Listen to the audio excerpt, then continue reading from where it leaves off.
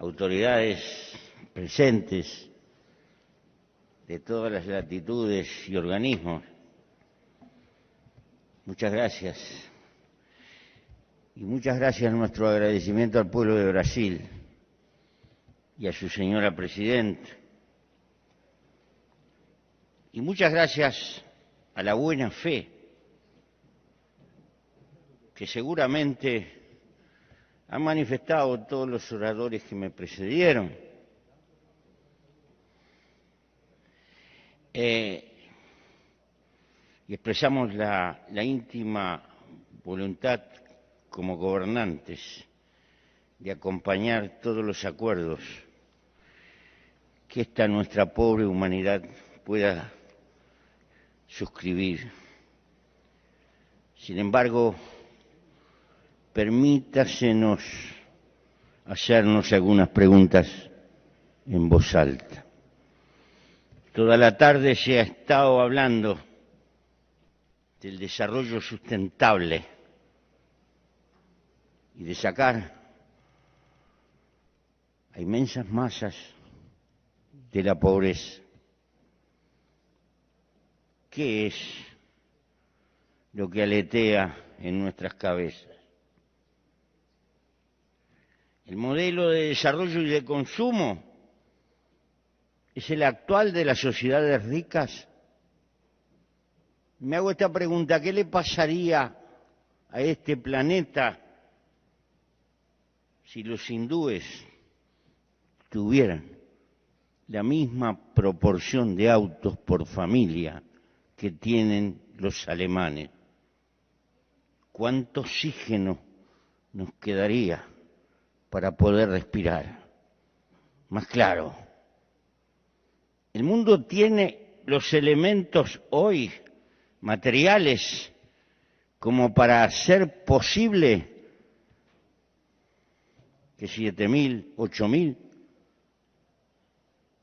millones de personas puedan tener el mismo grado de consumo y de despilfarro que tienen las más opulentas sociedades occidentales. ¿Será posible? ¿O tendremos que darnos algún día otro tipo de discusión? Porque hemos creado una civilización en la que estamos, hija del mercado, hija de la competencia, que ha deparado un progreso material portentoso y explosivo. Pero lo que fue economía de mercado ha creado sociedades de mercado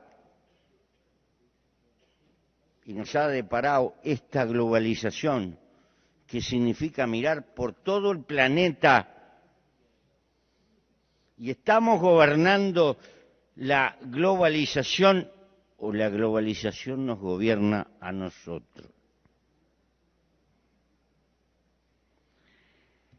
¿Es posible hablar de solidaridad y de que estamos todos juntos en una economía que está basada en la competencia despiadada? ¿Hasta dónde llega nuestra fraternidad? Nada de esto lo digo para negar la importancia de este evento. No, es por el contrario.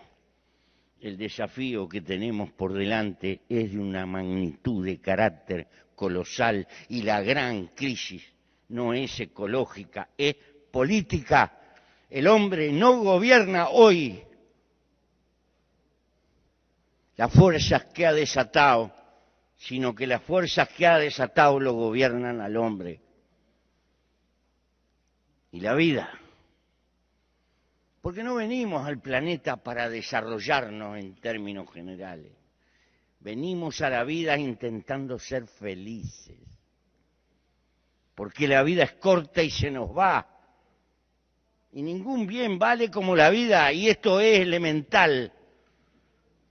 Pero si la vida se me va a escapar, trabajando y trabajando para consumir un plus, y la sociedad de consumo es el motor,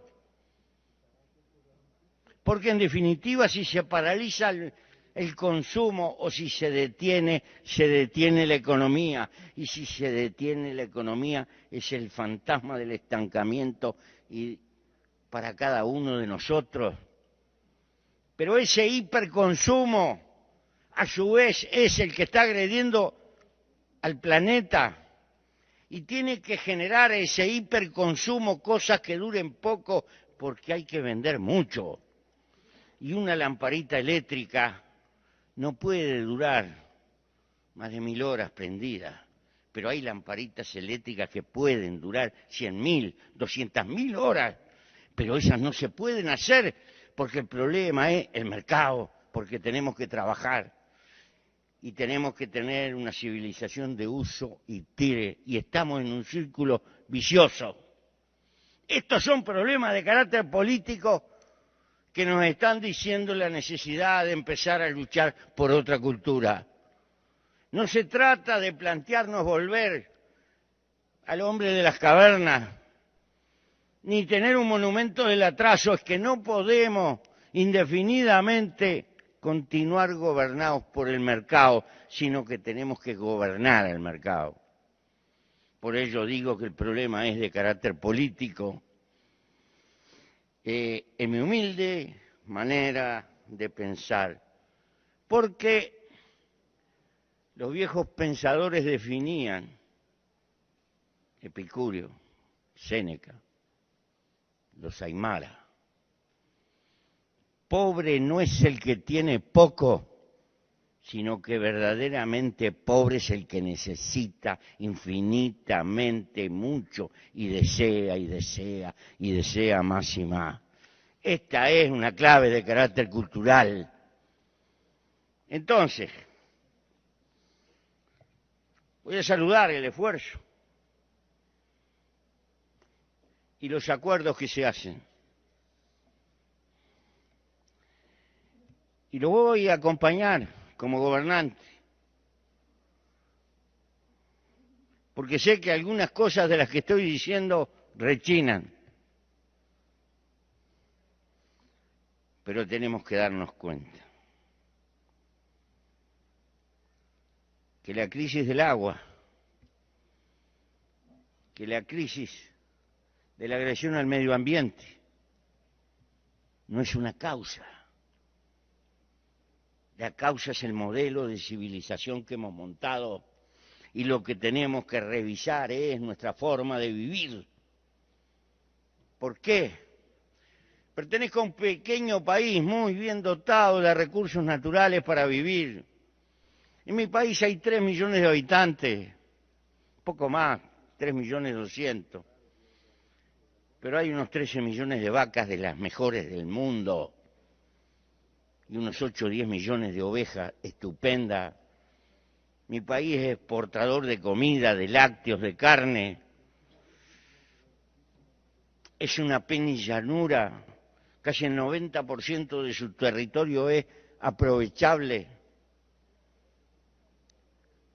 Mis compañeros trabajadores lucharon mucho por las 8 horas de trabajo, y ahora están consiguiendo 6 horas. Pero el que consigue 6 horas se consigue 2 trabajos, por lo tanto trabaja más que antes. ¿Por qué? Porque tiene que pagar una cantidad de cuota, la motito que compró, el autito que compró, y pague cuota, y cuando quiera acordar, es un viejo reumático como yo y se le fue la vida. Y uno se hace esta pregunta, ¿ese es el destino de la vida humana? Estas cosas son muy elementales. El desarrollo no puede ser en contra de la felicidad, tiene que ser a favor de la felicidad humana, del amor, arriba de la tierra, de las relaciones humanas, de cuidar a los hijos, de tener amigos, de tener lo elemental. Precisamente porque eso es el tesoro más importante que tiene. Cuando luchamos por el medio ambiente, el primer elemento del medio ambiente se llama la felicidad humana. Gracias.